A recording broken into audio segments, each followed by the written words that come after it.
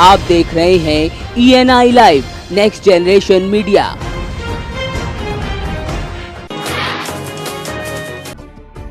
उन्नतशील किसान आरपी सिंह के निमंत्रण पर उनकी औषधि खेती का जायजा लेने कौशाम्बी पहुंचे केंद्रीय राज्य मंत्री गिरिराज सिंह ने मीडिया से बात की। इस दौरान गिरिराज सिंह ने एग्रोनॉमिक्स का मंत्र किसानों को दिया तो वहीं यूपी के पूर्व सीएम अखिलेश यादव पर भी निशाना साधा।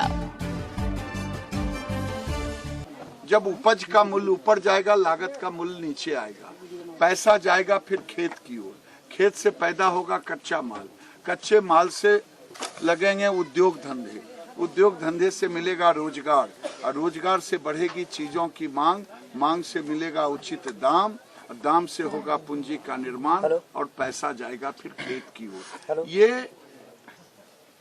बबुआ को नहीं पता होगा क्योंकि बबुआ ने देखा नहीं। ये पता गांधी की थ्योरी थी, ये दीनदयाल उपाध्याय की थ्योरी थी, आर्थिक नीति। इसी अर्थनीति को नरेंद्र मोदी ने लिया है। सीबीएसई पेपर लीक मामले को लेकर कौशाम्बी के भरवारी कस्बे में छात्रों ने प्रदर्शन किया, साथ ही केंद्र और राज्य सरकार के इस्तीफे की मांग करते हुए जमकर नारेबाजी की। छात्रों ने कहा कि सीबीएसई को पेपर लीक की जानकारी जब पहले से ही थी तब परीक्षा रद्द क्यों नहीं की गई और अब परीक्षा को रद्द कर छात्रों का भविष्य खराब किया जा रहा है। लिहाजा शिक्षा मंत्री को नैतिकता के आधार पर इस्तीफा देना चाहिए।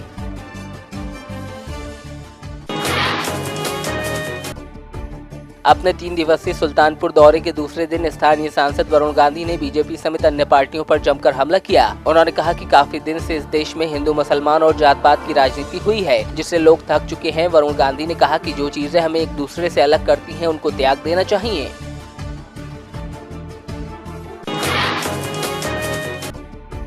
हमीरपुर के एक अधिवक्ता ने कांग्रेस अध्यक्ष राहुल गांधी द्वारा पीएम मोदी पर की गई टिप्पणी के लिए मानहानि का मुकदमा दर्ज कराया है। अधिवक्ता की माने तो राहुल गांधी की टिप्पणी से भाजपा कार्यकर्ता और देश के लोग आहत हुए हैं। लिहाजा उन्होंने सीजेएम कोर्ट में आईपीसी की धारा 499 और 500 के तहत 1 करोड़ की मानहानि का मुकदमा दर्ज कराया है।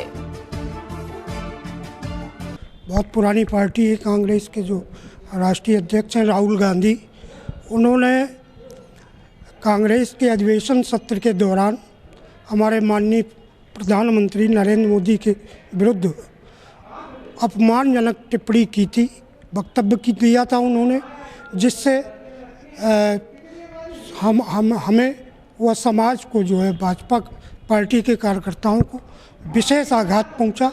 उससे क्षुब्ध होकर के एक ऐसे ईमानदार फकीर प्रधानमंत्री और उनके विरुद्ध अगर इस तरह के राष्ट्रीय अध्यक्ष जो पुरानी पार्टी कांग्रेस के हैं इस तरह का अगर वक्तव्य देते हैं, उससे बहुत मुझे व्यक्तिगत आघात हुआ है और पार्टी की छवि धूमिल हुई है। उससे क्षुब्ध होकर के, उससे मैं दुखी होकर के मैंने माननीय न्यायालय सीजेएम हमीरपुर के न्यायालय में राहुल गांधी कांग्रेस अध्यक्ष के विरुद्ध में डिफामेशन का सूट फाइल किया है। बलिया निवासी इंडियन एयरफोर्स में नौकरी करने वाले एक शख्स ने फोन पर अपनी बीवी को 3 तलाक दे दिया। पीड़ित महिला की माने तो उसके शौहर का किसी लड़की से संबंध है। पीड़िता शगुफा ने बताया कि उसकी शादी अप्रैल 2016 में जावेद इकबाल से हुई थी। 1 साल तक जिंदगी हंसी खुशी गुजरी, लेकिन बाद में इकबाल ने उसे दहेज के लिए धमकाया और एक लड़की की तस्वीर दिखाकर शादी करने की धमकी दी और अब उसने 3 तलाक दे दिया है।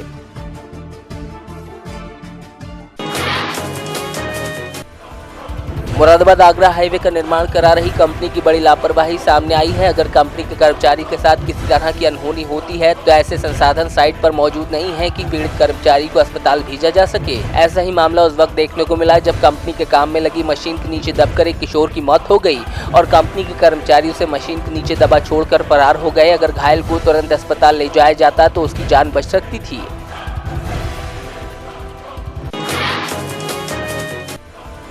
बदायूं को गहती थाना क्षेत्र स्थित नगरा पोखरा गांव में एक युवक की हत्या करने के बाद उसका शव पेड़ पर लटका दिया गया। मामले की जानकारी मिलने के बाद पुलिस मौके पर पहुंची और शव को कब्जे में लेकर पोस्टमार्टम के लिए भेजा। फिलहाल पुलिस मामले की जांच में जुटी है।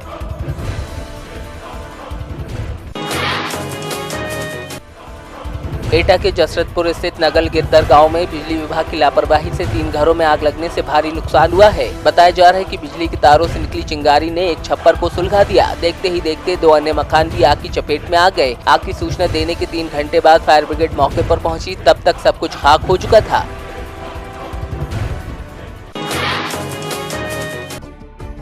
मोगा जालंधर नेशनल हाईवे से सटे घरों को हटाने के बाद दलित परिवारों को कुछ दूरी पर नए मकान बनाने के लिए सरकार ने मुआवजा तो दे दिया। दलित परिवारों ने मकान भी बना लिए, लेकिन सरकार की ओर से उन्हें बिजली के कनेक्शन नहीं दिए गए। करीब 25 परिवार अभी भी अंधेरे में अपना जीवन गुजारने को मजबूर हैं। बस्ती के लोगों का कहना है कि पहले उनकी यूनिट माफ थे, लेकिन नया कनेक्शन लगाने के लिए पैसे मांगे जा रहे हैं, जबकि उनके पुराने मीटर ही लगने चाहिए।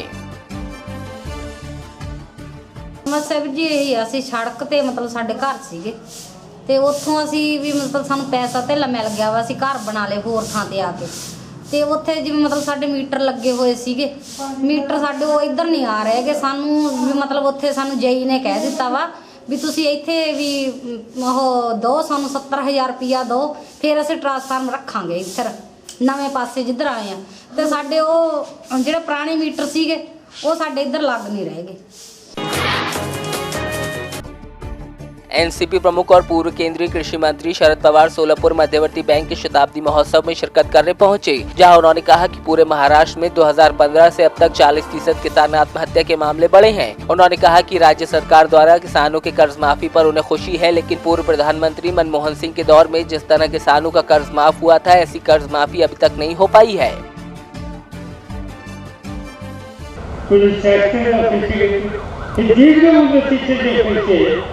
ते माफ करण्यासाठी सरकारने नीती अशी घेतली की आम्ही त्याची काय किती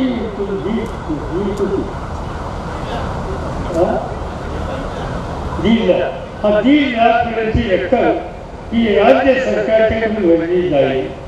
कधी भरली नाही, बाकीचे सगळे पैसे समजा तुमच्याकडे 6 लाखाचं कर्ज असलं, पहिले 4.5 लाख भरा आणि त्याच्यानंतर आम्ही 1.5 लाख देऊ।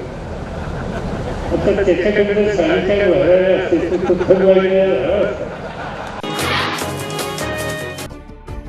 जमुई के टाउन थाना क्षेत्र स्थित बरुअट्टा गांव में घरेलू विवाद के चलते सास ससुर समेत अन्य लोगों ने एक महिला और उसके बेटे को पीट कर घायल कर दिया। बताया जा रहा है कि सास ससुर ने महिला को पहले ही घर से निकाल दिया था। पंचायत का फैसला था कि महिला को उसके हिस्से का 7,500 रुपए दिया जाए, जिसके विवाद में महिला और उसके बेटे की पिटाई की गई।